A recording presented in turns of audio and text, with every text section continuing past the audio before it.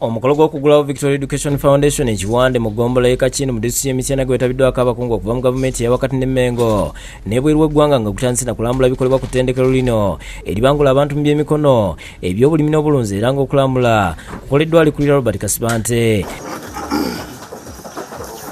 Entiko y'emikolo ebadde kiwande mu kisaawe nga amyuka President yaniziddwa Minisita okuli Charles Bakabulindi, Mary Kalolo Okuluutu, abaka Parliament n'abalala. Naye ate nga waliwo n'ebirala ebikulaakulanya eggwanga nga mbadde sikola ki nga mbadde sibiina n'ensalawo nti kangendeko ne mu departments endala. Omubaka omukyalo w'Emityana Judith n'abakoba n'abakulembeze abalala basimye Kasibante olw'enkulaakulana gy'aleese ekiwande kyokka ne basaba Ssekandi okwatuusiza obubaka ewa President abawa amasannyalaze mu kitundu kino. Kitegeeza nti omulamwa gwennyini ogwa gavumenti ogw'okulaba nti tulwanyisa obwavu gwasongeddemu ddala. Tutambulire wamu mu ssanyu ne mu bubi. Ssekandi asimye Kasibante olw'amwayo gwa ggwanga n'asaba abavubuka okujjumbira okusoma okusinga okwetaba mu bitabayamba n'asuubiza okumukwatizaako. Omulimu gw'okulaakulanya ekitundu kino si gwa muntu mulala, ojja kusookera ku muntu ejja kwongerako buyambi.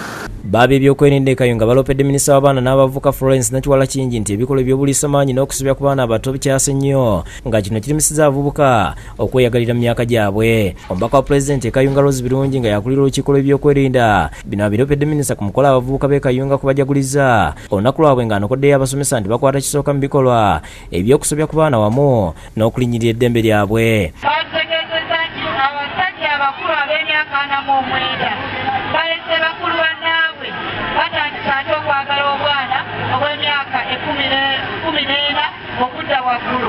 Ye ssente wa ly'ebyemikono ekayunga Moses Kalisa Kalango agambye nti abavubuka b'ekayunga tebali mu bikolwa bya kwekalakaasa nga beetaaga kwongeramu ssente basobole okwongera amaanyi mu bye bakola. Abakozi olabyeko ku bye bakola kintu kye baaleetaze kyokka boogera mu maanyi nakuteeka mu saako zaabwe kasente. Minisita Nakiwala avumiridde abasajja abalagajjirira abakazi bafunyisiza embuto n'abo abazeegaana.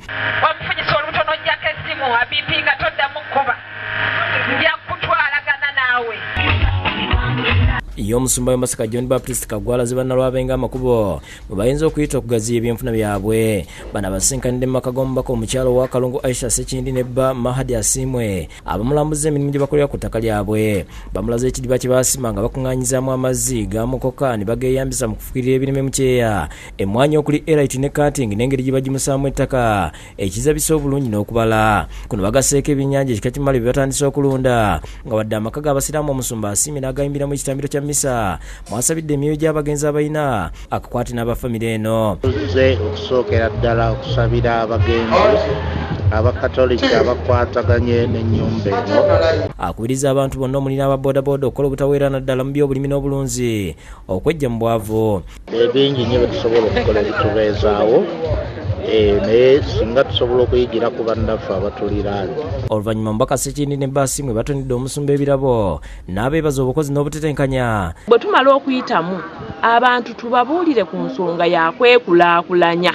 Amaka omutali mmere babeera balwana. Omukazi mu maka nga waliwo emmere tasobola kunoba